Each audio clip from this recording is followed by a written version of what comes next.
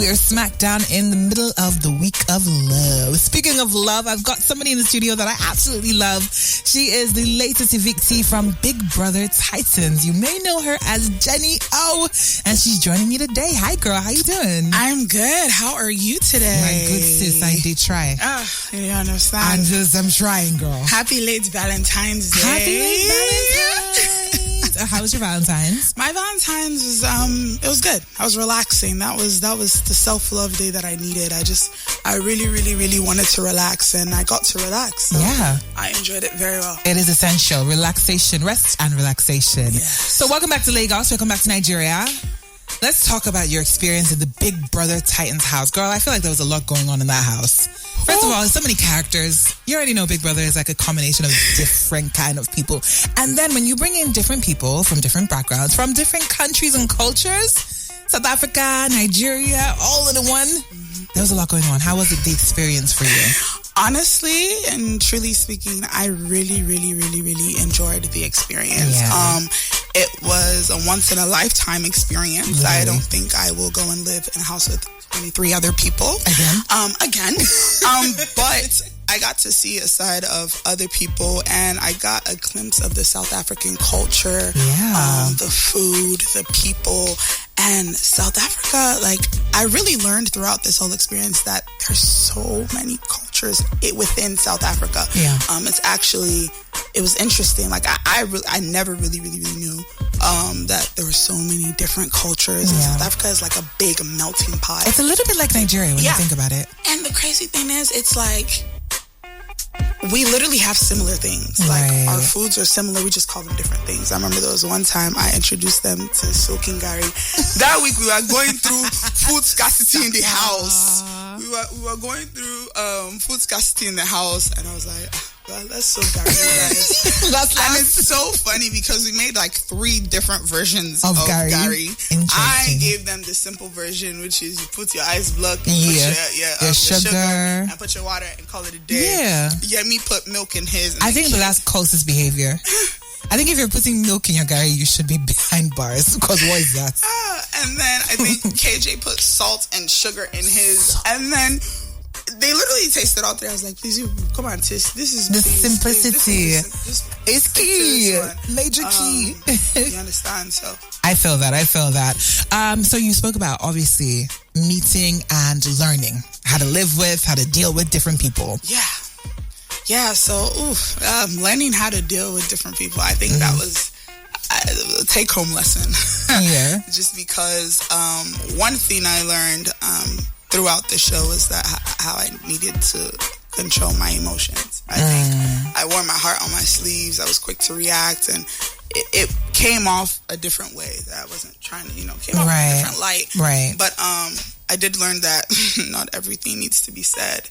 Some things you keep to yourself. And I want to ask you, girl, because I've obviously never been in the house before, and I'm sure that being in the house versus like looking at the house, 2 very different experiences. Yeah, I can imagine. So when you're in the house, do you know, okay, Jenni, I might be bugging a little bit, like maybe I'm going a bit OD, or is it kind of like you're just reacting? Because at the end of the day, we are all human beings. And wearing your heart on your sleeve is something that I feel like everybody at some stage or another does. Exactly. So is it one of those things that it's regular, it's just kind of magnified because it's on TV? Or, the house, your emotions are like intensified. Mind you, we can't escape people. Like, if I just get in an argument with you, I can't just take some time and take 2 days and be like, I don't have to see your face. We will argue and we will sit and eat in the same place. Do you understand? We will have our differences, and it's just like there's emotions built up. Like, there's no outlet to let that emotion out, because don't forget, like, thousands of people are seeing you. So it's like, do you want to seem vulnerable? What do you want to see? How do you want the public to see you? And it's like, okay, my emotions are intensified times 10 because, mind you, I'm already in this place. I haven't seen my family. I haven't seen my friends.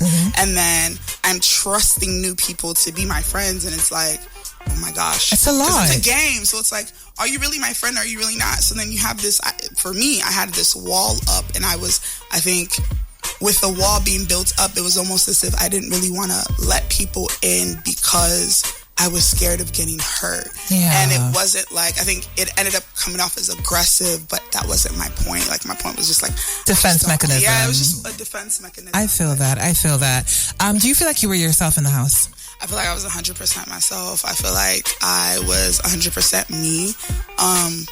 Obviously, there are some things that were painted. I was painted as like a bully and whatnot. And it's crazy because I know I come off aggressive, but that's not always how it's supposed to come off as. I think people saw me as aggressive. I always wanted to be a leader. I never let people talk.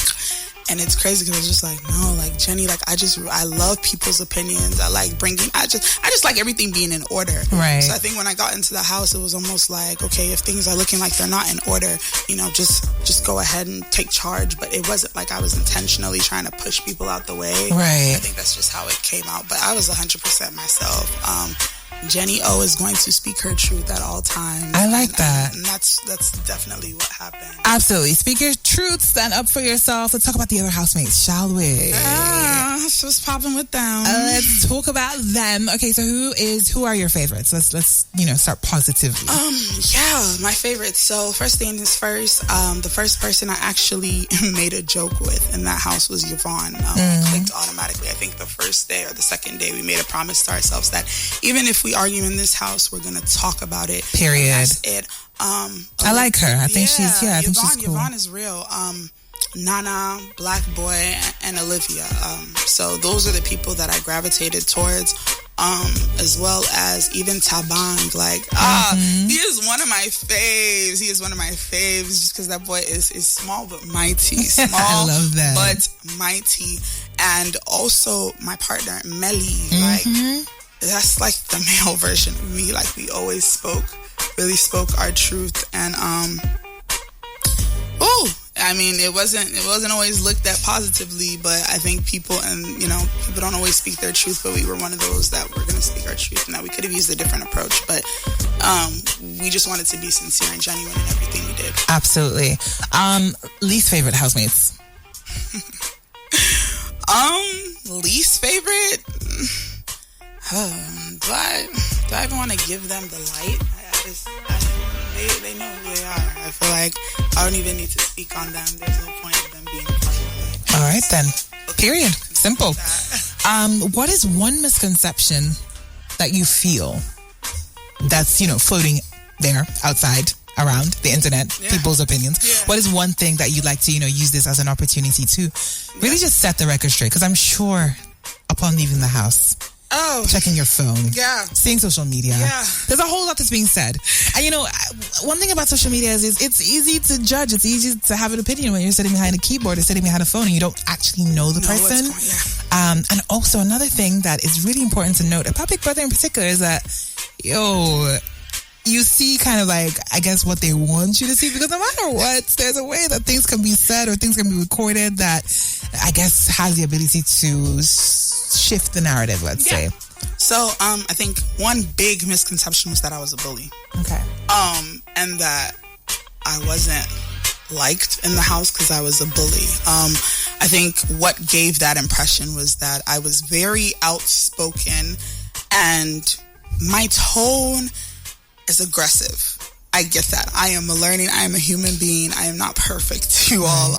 Do you think that that's the American, in you a little bit? No, it is the American in me because growing up, it was almost like you have to speak up for yourself or someone will walk all over you. You have to defend yourself, especially growing up African. In America, it was almost like, that African girl. Like, then you hear terms like the African booty scratcher, and then it's like, you have to defend yourself. Like, the defense mechanism is almost like a second thing at this point. Like, I just always feel the need to defend myself. And I guess when things did pop off in the house, I always felt the need to defend. But I'm always the type to also defend others around me, no matter what it is. And that side came out in the house as well. Then it kind of looked like we were bullies. We ganged up on people. But the truth is, not for once did I hate anyone in that house. I think that people have this conception that you have to go in the house and like everyone and you have to be friends. with everyone, but like it's 23 other personalities exactly. in that house. There's no way that you can get along with everybody at all, and there's certain people that even like your heart just won't gravitate towards. Like your soul is just like, stay here. Yeah. You don't need to be friends with everyone, and I feel like I was cordial enough with everyone. I don't think I ever went out of my way to like go and step on someone's foot unless I felt triggered that I needed to put up my defense up and defend myself and defend people around me. But I am not a bully, you guys. I promise you I'm not. If I was a bully, listen. I was carrying that big pots and cooking. Whether I loved you, I did not like you, I would feed you. Facts. And I think for me, like, if I love you, I feed you. And that house, like, I fed them, and people saw that as like a strategy, and I was like, yeah, well, do I'm easy, but it's not easy at all. Facts. And yeah, like, so the biggest misconception is that you are a bully, and you're clarifying, you know what? No, I'm not. I'm not. I just come off aggressive, and it's the American side of me. I think we tell the truth, we say it how it is, and it's almost like you have to speak your truth. I think the African culture is always like, you know, it's a little bit more. You hide your feelings. You don't need to say everything. Well, you know, I'd like to think that the African culture is a little bit more kind of stiff upper lip. You know, you sit up and you kind of chest everything. I don't know if it's necessarily a positive or a negative thing, but it just kind of is how it is, you know? Yeah. But shout outs to you for maintaining authenticity. Thank you. Doing your thing in the house, being yourself. Future plans for Jenni O. What do you have coming our way? I'm not going to say too much, but stay tuned. I have a lot of things in work. But listen, this cooking, I'm not stopping this cooking. Okay. We're not stopping speaking about music. Period. And I'm just going to show you all the Jenni O that the Big Brother cameras did not show. Okay. So, and obviously working on myself, because I will not say that I don't have any flaws. Obviously, I'm human, and there were certain things that I did look back on. I was like, "Ooh, Jenni, you could have just waited done that better." Just a little bit before you said something. But I just need to work on that, and I'm not perfect. But I do apologize for coming off as a bully. That was not my intention at all, in any shape, way, or form.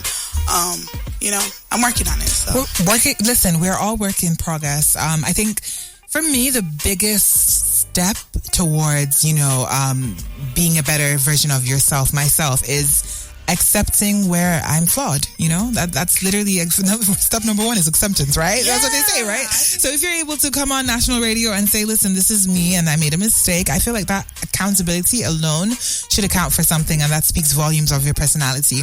And it really does show that you are in a space where you're growing, you're learning, and we all are. So, I mean, let's all give grace to each other, because that's the same grace that we want to receive from friends, family, fans, regardless of who or where we are. So with that being said, Jenni O, thank you so much for coming on through. Super duper excited to see what the future has in store for you. And I'm sure you're going to keep us up to date every step of the way. Thank you. You're very, very welcome. Shout out to Jenni O for coming through. My girl, she held it down in the Big Brother Titans house all the way in SA. Wait, before you do go, who do you want to win? Just a name. I'm rooting. Listen, I'm first going to root for the fam. I'm rooting for Yvonne. I'm rooting for Black Boy, Tabang, or Yemi. Like, you know, I really rock with them. They have their head in the game. So either way it goes, you guys bring it back home. Exactly. You know what it is. We keep it lit and popping right here. I've got some great music lined up within the hour. You can